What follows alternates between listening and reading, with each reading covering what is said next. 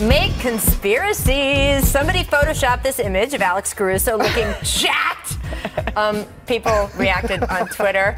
This is the best, though. He was drug tested after this. Oh, my gosh. Do we need to have a talk, Malika, with the NBA drug testers to explain how social media works, or what? I mean, some of them were pretty good Photoshops. I have horrible Photoshop skills, so I'm kind of impressed. Like, I want to see Nick's face on that body or my face on that body, or, you know, like, I'm...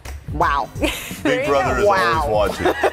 Somebody is always watching, and they're always making sure things are in line. So somebody paid attention to that one. The people watching may want to be under 70 so they can understand what a Photoshop is. It's like, Miss Feeling Young. Sharif O'Neal posted these pics of him next to Bronny James and said, last time y'all seen something like this was 2009, 2010 Cavs, but we the new wave. Do you think we could actually see, like their papas, this combo in the NBA one day, Nick? Why not? The bloodlines are awesome.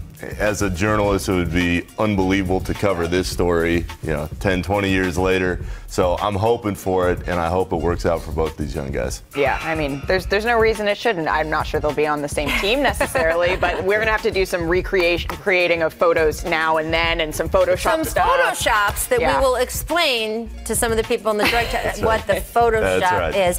Shout out to Sharif, by the way, who went through a medical scare last year and came out even stronger. All right, make bang outs. His name is Philip Wheeler, and he unleashed this powerful tomahawk on the break. Take a look at. Oh my gosh, poor number 2. So who do we think in the NBA dunks like this? And I'm going to say you can't say Zion because he's not in the NBA yet. Go. Can I say Giannis? Giannis, yep. Okay, we're going to go with Giannis then. Take it off and I would get out of the way. Number 2 made a mistake. Oh my gosh. When I saw this dunk, I had one name flash in my mind. It was Russ. Russ. That just slow-mo we just showed of Russ. When he runs down the floor and he knows he wants to get to the rim. Get out, baby. There's nothing really like it. Boom.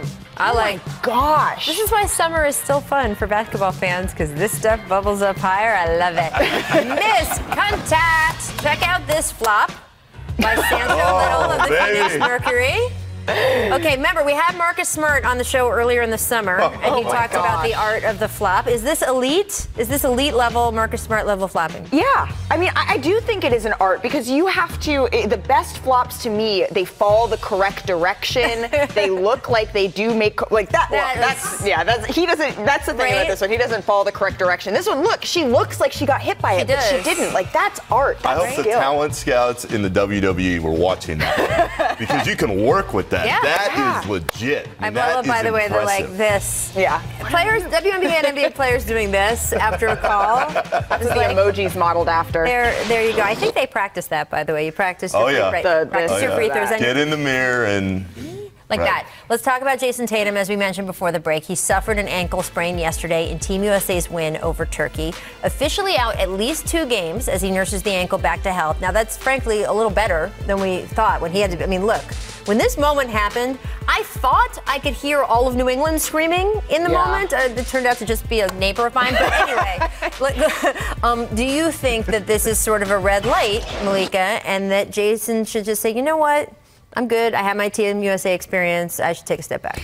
Rach, I said yesterday that I thought that he should be overly cautious, because we've talked about Philly and the Bucks as 2 pretty sure bets to be in that top 4 of the East, and Boston could make its way up there, but they need to be healthy. They need to take steps forward, and that was scary. I mean, he wasn't getting up and walking off under his own power. Brian Windhorst then reported that he was able to walk out to interviews, and he was looking like he was progressing a little bit better. But to me, the reason why all of these guys we've talked about sat out is for health, and because all of a sudden the NBA is wide open, and all of these teams feel like they have a shot. In order to have a shot, they need to progress and stay healthy.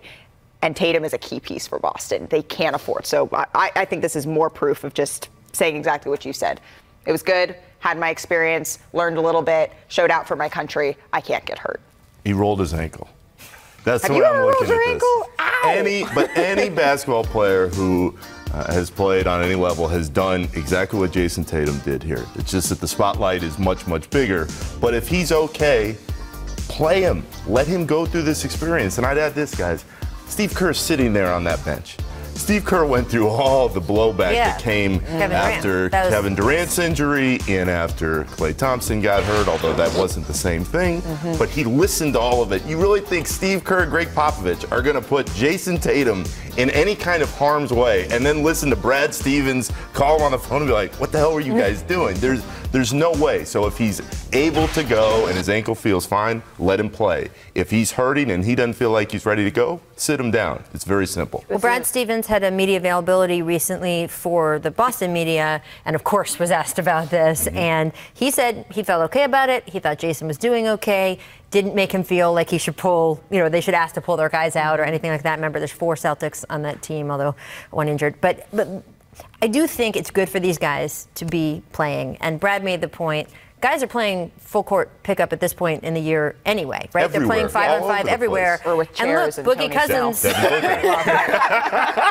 But Boogie Cousins got injured not doing this, Yeah, right? absolutely. Doing something else. Yeah. So there is something to be said for these injuries can kind of happen anywhere. I would only say, to your point about Kevin Durant, I think we've had a good reminder that coming back too soon from an injury, and too soon can mean even not that soon, right? But too soon that obviously the muscle or tendon or ligament is weakened, that you don't want to do that because that does put you at more of a risk for re-injury. So that's all. I don't think he needs to just sit out the rest of the tournament, but I would say that if after 2 games he's still like, yeah, it's mostly good, I could go, sit the kid down another game just to kind of be extra safe. We'll see.